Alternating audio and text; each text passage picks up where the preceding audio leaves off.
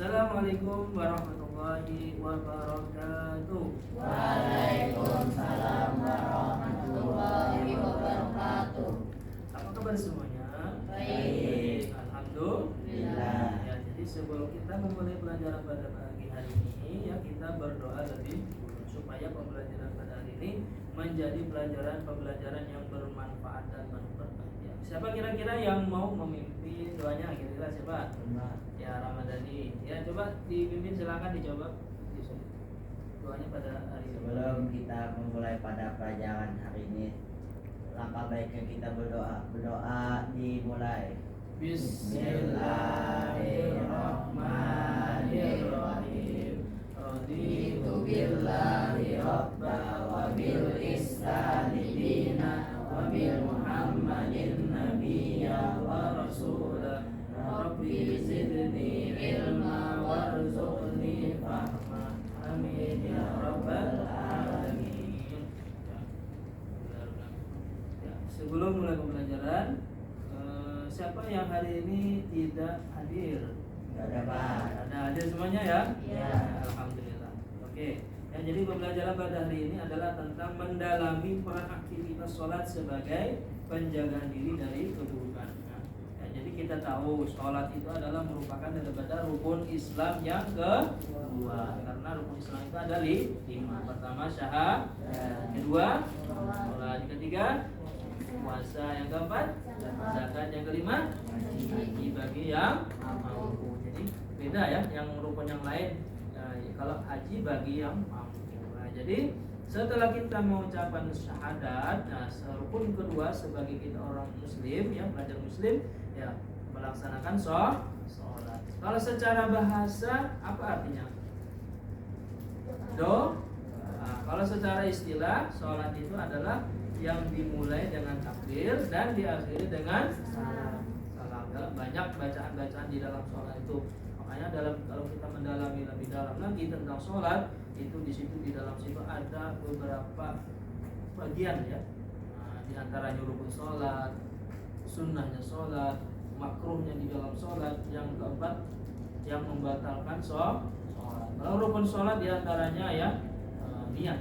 Jangan sampai ketika kita sembahyang Allahu Akbar tapi tidak ada di dalam hati niat untuk melaksanakan sholat. Misalnya sholat zuhur, niat sholat zuhur ya. Kalau lafaznya tadi apa? Usolli fardhu zuhri itu termasuk niat atau bukan? Bukan. Adalah karena itu bukan niat tapi lafaz. Lafaz itu artinya ucapan di dalam mulut. Kalau kata ulama itu bacaan usul itu adalah untuk membantu membetulkan hati ialah supaya apa, tidak kemana-mana ialah jalan itu mentapkan hati jadi lapos itu. Usolli fardhu zuhri 4 rakaat mustaqbil qiblat adzan lillahi ta'ala. Allahu Akbar. Ketika Allah itu di dalam hati ini ya, sengaja aku sholat. Nah, ketika Allahu Akbar, ketika bar itu sudah selesai tunai karena Allah Ta'ala.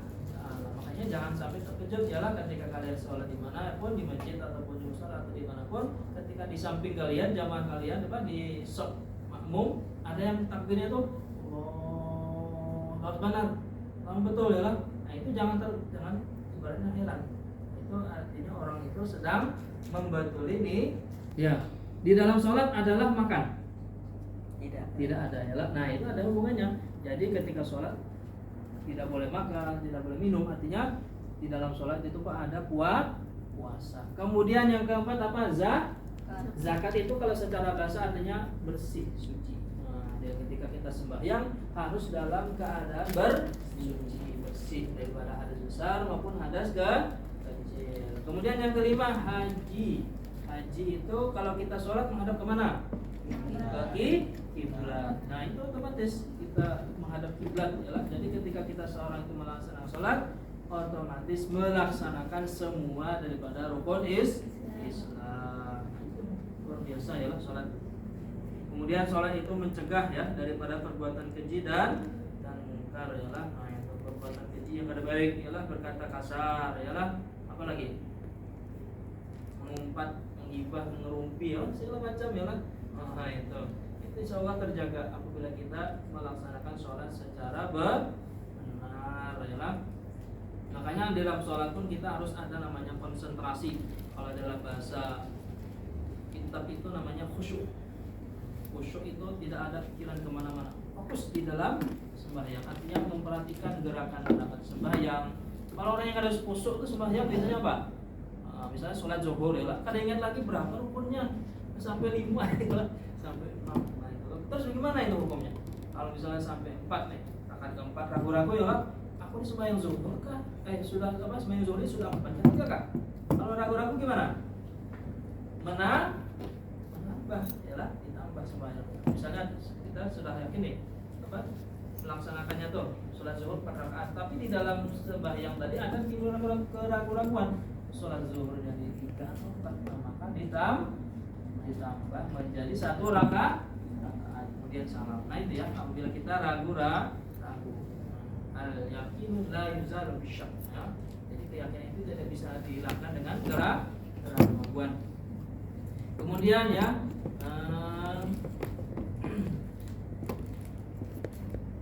sholat ya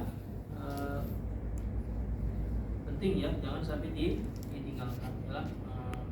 Salah satunya ialah disiplin ya. Ketika sholat itu kan disiplin ya, sudah ditentukan waktunya sholat fardu. Beda dengan sholat sunat. Kalau sholat sunat terserah ya, melihat jam berapa dikerjakan. Nah kalau sholat fardu, inna sholata kanat 'alal mu'minina kitaban mauqutan. Jadi sudah ditentukan. Kalau sholat zuhur jam sekian, sholat asar jam 3 lewat 30 misalnya ya lah. Maghrib jam berapa? Jam 6 lewat 20 misalnya ya lah. Nah itu tidak boleh misalnya waktu sholat zuhur dikerjakan sholat asar, otomatis sholatnya pun tidak sah. Nah itu makanya di situ ada menerapkan namanya disiplin. Nah disiplin otomatis kalau kita sholat zuhur tepat waktu, tidak sampai keluar masuk asar, sholat asar tepat waktu, tidak masuk maghrib, otomatis ketika kita sekolah pun tidak akan terlambat karena sudah mendisiplinkan diri dengan tadi membiasakan sholat. Itu banyak ya contoh-contohnya. Efek ketika efek positif ya lah, efek samping positif yang ketika kita melaksanakan sholat.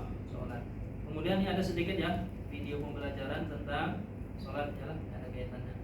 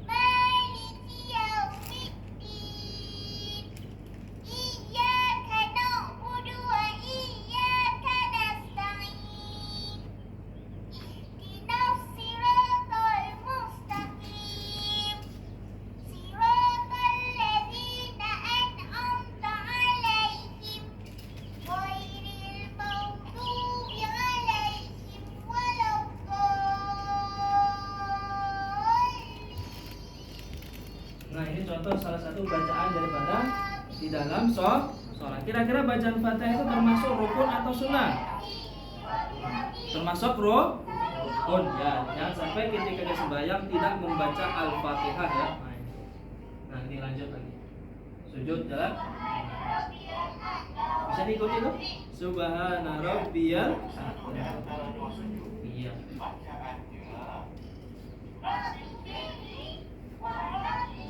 Wajburni warfa'ni warzuqni wahdini wa'afini wa. Nah itu seperti itu ya. Jadi kaki kiri itu harus didudukkan oleh pantat kita ya lah. Bila di rakaat kedua telah bangun dari sujud kedua, kita baca tahiyat awal. Dengar ustaz baca. Tahiyatul mubarakatus salawatut thayyibatu lillah.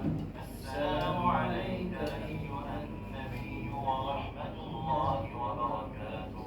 Assalamu alayna wa ala ibadillahis salihin.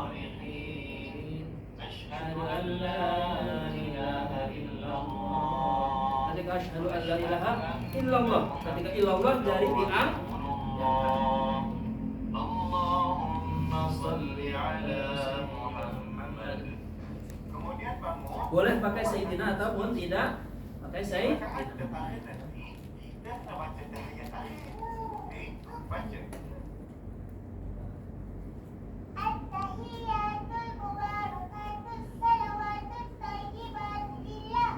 Ya, itu sedikit cuplikan daripada video tentang ada kaitannya tentang sholat. Nah itu ya. Jadi ketika tadi mengucapkan asyhadu alla ilaha illallah, nah ketika illallah itu jari diangkat itu untuk tangan ini ya. Nah ini ibu jari di sini. Nah ini contohkan daripada contoh para ulama ya. Nah seperti halnya Boris Kopo ya, di dalam beliau itu seperti itu. Nah kemudian pembagian kelompok ya. Nah jadi kelompok sini dibagi menjadi dua kelompok ya, kelompok 1 dan kelompok 2. Nah, kelompok 1 sebelah sana ya, Naima, Risti sama Afrizal ya. Kemudian kelompok 2 Ilham, Ramadhani, Surya. Kira-kira kelompok 1 sudah selesai belum? Sudah kan? Ya, bisa dipaparkan isi daripada yang didiskusikan pada hari ini. Ada?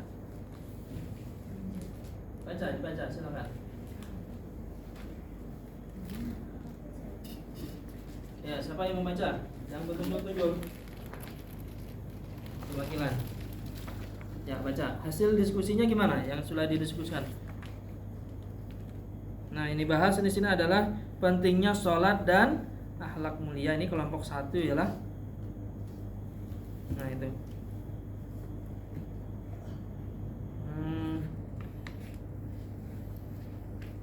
Ya. Ini di sini. Bisa dibacakan di sini. Ketetapan informasi tentang sholat. 1. Pengertian dan keutamaan sholat tepat waktu. 2. Dalil Al-Quran dan hadis terkait sholat, misalnya surah Al-Baqarah ayat 45 dan hadis tentang keutamaan sholat berjamaah. Wasta'inu bis-sabri was-sholati wa innaha lakabirotan illa alal khosihin. Terus? Mohonlah pertolongan kepada Allah dengan sabar dan sholat. Sesungguhnya sholat itu benar-benar berat kecuali bagi orang-orang yang khusyuk. 3. Pengaruh sholat terhadap pembentukan karakter seorang muslim. Ya, itu diantaranya apa? Di bisa dibacakan. 1. Nilai kesabaran, tanggung jawab dan kejujuran yang tercermin dalam video. 2. Hubungan sholat dengan peningkatan akhlak seperti kejujuran dan disiplin. Ya. 3. Contoh praktik akhlak mulia dapat diterapkan dalam kehidupan sehari-hari. Contohnya apa? Disiplin apa lagi? Kesabaran dan keikhlasan. Ya, terus yang ketiga Kejujuran. Nah, itu bagus ya. Nah, ini tugas dari kelompok 2 ya. Tepuk tangan untuk kelompok 1 ya. Kelompok 1. Tepuk tangan untuk kelompok 1. Bagus, luar biasa ya. Nah, kita beri plus ya. Nah, itu. Jadi ini hasil kerja daripada kelompok 1 ya. Contoh judulnya tadi apa? Pentingnya sholat dan akhlak mulia. Nah, kemudian untuk tugas refleksi lagi ya. Kira-kira tadi apa? Sholat tadi diantaranya pengaruhnya. Selain untuk mencegah perbuatan keji dan mungkar, sholat itu memberikan dampak apa pada diri kita masing-masing apabila kita khusyuk dan benar dalam melaksanakan sholat. Apa diantaranya tadi? Yang Bapak sampaikan tadi apa kira-kira? Akan melahirkan kedisiplinan. Kemudian apa? Kesabaran yang luar biasa ya. Nah itu. Kemudian silakan dijawab LKPD ya yang Bapak bagikan itu. Silakan. Nomor 1 kira-kira coba baca, siapa yang membacakan nomor 1? LKPD nomor 1. Nah ini. Naimah kah? Atau Kristi, baca coba Kristi nomor 1.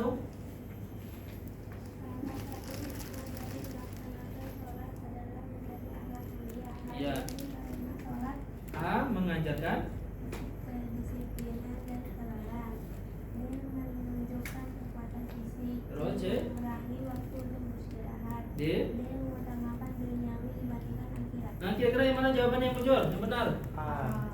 Ini sebelah sini. Ilham apa? Ramadhani? Surya? Afrizal? Naimah? Oh, jadi sepakat ya jawabannya A. Berarti apa nih A nih? Mengajarkan kedisiplinan dan kesabaran. Ya, pintar luar biasa ya lah. Benar semuanya jawabannya. Nah, itu cukup ya lah. Sudah tadi kita belajar tentang sholat ya lah. Semoga yang kita pelajari pada hari ini bermanfaat. Ya, sebelum kita pelajaran, kita baca doa bersama dulu ya. Bismillahirrahmanirrahim. Alhamdulillahirabbil alamin wassalatu wassalamu ala asyrofil anbiya'i wal mursalin sayyidina wa lana Muhammadin wa ala alihi washabihi ajmain. Allahumma shalli ala sayyidina Muhammad wa ala sayyidina Muhammad. Allahumma rizqna fa'al nabiyyin habsal mursal wa ya amal malaikatul mukarramin. Allahumma aghnina bil ilmi wa zayyina bil hikmi wa akrimna bit taqwa wa jannibna bil afiyah bi rahmatika ya arhamar rahimin. Rabbana atina fid dunya hasanah wa fil akhirati hasanah wa qina adzabannar. Wa sallallahu ala sayyidina Muhammad wa ala alihi washabihi wasallam. Subhana rabbika rabbil izzati amma yasifun wa salamun ala mursalin. Alhamdulillahirabbil alamin. Assalamualaikum warahmatullahi wabarakatuh.